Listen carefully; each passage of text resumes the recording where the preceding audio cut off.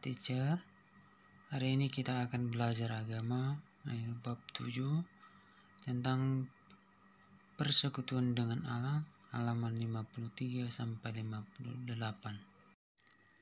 Persekutuan dengan Allah yaitu memiliki hubungan pribadi dengan Allah. Berarti mempunyai persekutuan yang akrab dengannya. Sekarang, bagaimana caranya kita memiliki hubungan tersebut? Yaitu dengan berdoa. Berdoa adalah berbicara dengan Tuhan. Berdoa juga adalah nafas hidup orang percaya. Sebab berdoa adalah bagian terpenting dalam hidup orang Kristen. Ada 5 jenis bentuk doa. Pertama, doa ucapan syukur. 2. Doa syafaat atau doa bersama. 3. Doa permohonan. 4. Doa pujian atau pengagungan. 5. Doa penyembahan. Berikutnya, membaca dan mempelajari Alkitab. Tubuh rohani kita perlu diisi dengan firman Tuhan. Yaitu dengan membaca Alkitab, kita bisa mengerti dan memahami maksud Tuhan untuk kita setiap hari. Kita bisa membaca di dalam Mazmur 119 ayat 105, yaitu firman-Mu itu pelita bagi kakiku dan terang-Mu bagi jalanku. Hubungan kita dengan Tuhan akan semakin baik jika rajin membaca Alkitab. Kita akan semakin memiliki dasar yang kuat dan pertimbangan yang matang ketika hendak membuat keputusan dalam hidup kita.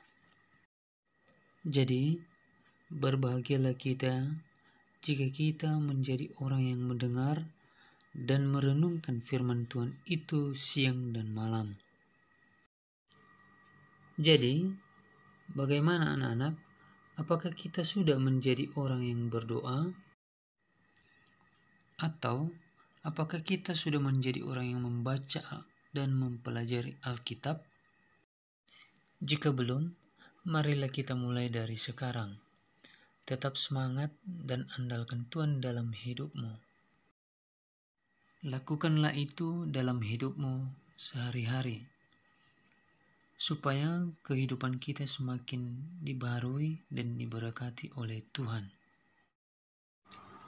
Dan kita akan membahas bagian C, menghadiri ibadah di gereja dan berpartisipasi aktif dalam pelayanan gereja. Menghadiri ibadah di gereja adalah kehendak Allah bagi orang percaya dan harus dijadikan kebiasaan.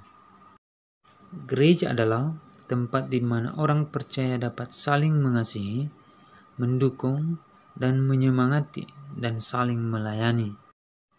Ada beberapa cara untuk terlibat aktif dalam pelayanan. Yang pertama, mengumpulkan sumbangan atau donasi untuk misi gereja. Yang kedua, membersihkan lingkungan gereja dan tidak membuang sampah di dalam gereja. Ketiga, menggunakan talenta untuk menolong dan menghibur orang lain. 4. Membuat ibadah khusus untuk mendoakan orang sakit. Dan yang kelima, menjadi relawan untuk kegiatan gerejawi. Bagian D, membuat keputusan yang bijaksana. Membuat keputusan-keputusan yang bijaksana akan menolongmu membangun kebiasaan yang baik sesuai dengan perintah Tuhan. Penting untuk diingat bahwa Allah menghendakimu untuk mengasihi Dia. Nah, sekarang bagaimana untuk mempraktikannya dalam kehidupan setiap hari? Ada 4 kebijakan surgawi yang dapat menolong kita untuk memilih keputusan yang bijaksana. 1. Kesederhanaan. Dengan berlatih kesederhanaan, kamu berlatih mengendalikan dirimu, tidak tamak, dan berhati-hati dalam bertindak sesuai dengan waktu. 2. Kesabaran. Kesabaran membantumu menyelesaikan masalah dan menuntunmu memberi pengampunan kepada orang yang melukai. 3. Kerendahan hati. Kerendahan hati mengajarimu berperilaku sederhana, tidak mementingkan diri sendiri, serta menunjukkan rasa hormat pada orang lain.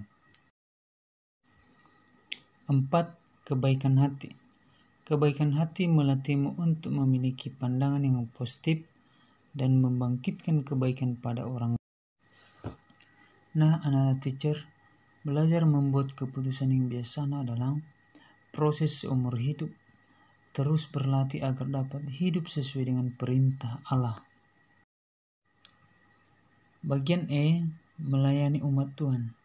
Dalam Alkitab, orang Kristen harus melayani Allah lewat melayani sesama. Kita dipilih dan dipanggil untuk melanjutkan karyanya di dunia. Karena misi kita adalah memperkenalkan Kristus kepada semua orang, baik itu dalam keluarga, tetangga, orang kaya atau miskin, berkuasa, tertindas, dan tersisihkan, serta semua. Yesus juga melakukan hal yang sama, yang membasuh kaki murid-muridnya. Untuk itu kita harus meniru pelayanan yang dilakukan. Dan di sini juga ada 3 ayat Alkitab yang dapat menolong kita melihat bagaimana melayani itu. Di dalam Matius pasal 25 ayat 35 sampai 36, Markus pasal 9 ayat 35, dan Yohanes. Cukup sekian pembelajaran.